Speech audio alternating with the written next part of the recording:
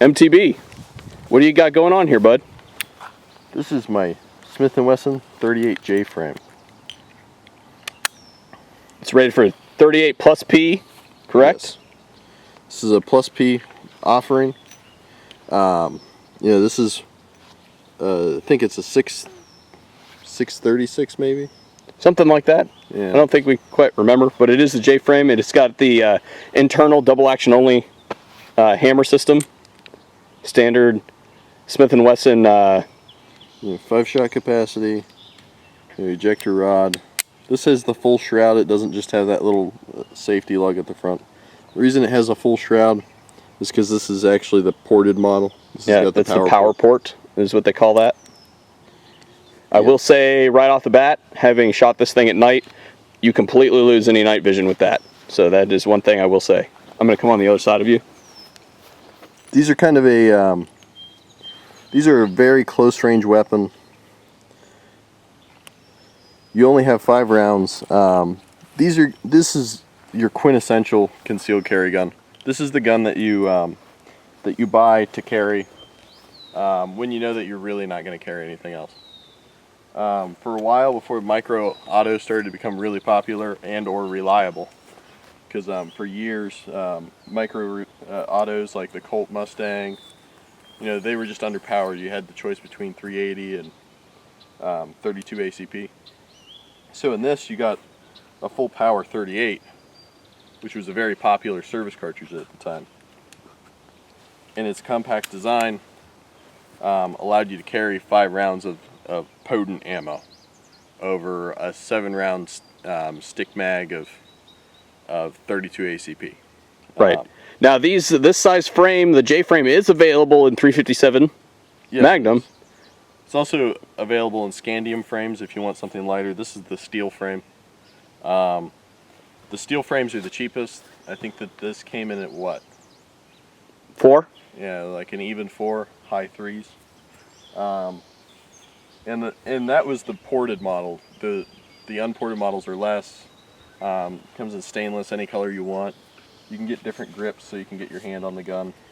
There's also different designs, or different designs for the hammer system. This is a double action only hammer system. It's completely shrouded, all internal on the hammer. You can get a humpback, which is the double action, single action shrouded. You can also get the traditional unshrouded spur. Yep. This is more of a concealed carry setup, so that you don't have any hammer spur to catch on your clothing as you remove your outer garment when you sweep. But other people carry the spurred models as well, and without issue. So that's something that you keep in mind. Why don't you go ahead and take another cylinder through it? Actually try to hit something this time.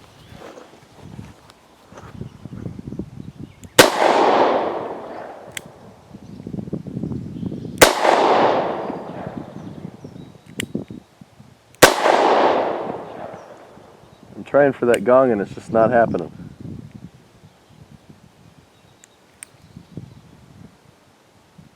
Yeah, I don't see myself hitting it. Alright, that's cool. Well, give somebody else a chance there, Haas. Who's up? Sure. Real quick, while we reload, go ahead and roll that 686 in so that we can get a size comparison. This is the Smith & Wesson. What frame is this? You guys that know wheel guns? It's the K frame. K frame versus the J frame. And go ahead and grab the Ruger. Go ahead and roll it in here as well, just for size comparison purposes. Go ahead and drift it there in the center.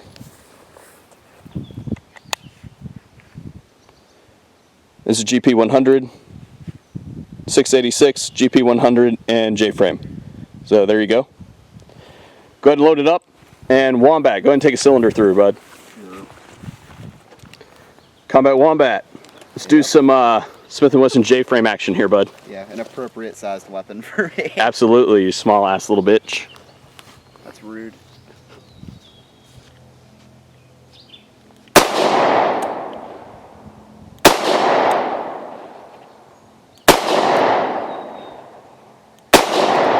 That sting your hand a little bit.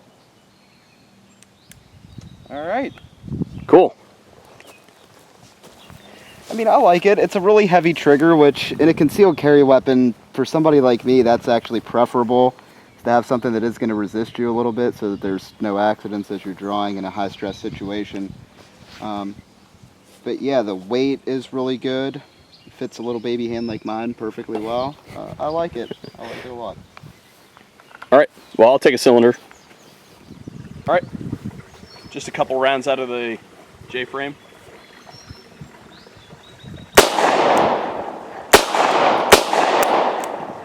Oh, I only put 3 rounds in, my bad. But anyway, the one thing that I wanted to point out is you'll see that entire video, all of us, I consider us halfway decent shots. Not a single one of us hit a single target with this weapon at that range. This is a very close range weapon, very short barrel. The other thing that I'm going to remark on is I carried this weapon for about 2 years, and the one thing that really bothered me about it was the cylinder. I'm pretty anal about that sort of stuff though, and I carry an auto now because I did not like to carry the cylinder, but I also carried it small in the back at the time. So that's one thing that you have to keep in mind for yourself when you're choosing a concealed carry option. Does anybody have anything to add about this particular gun? It's better to carry than my PPK. Well, this thing is a great time. If you have an opportunity to shoot one, definitely take it. That's VSO signing off on another wheel gun review with a Smith & Wesson J-frame. Here, catch. Mr. Cell Phone.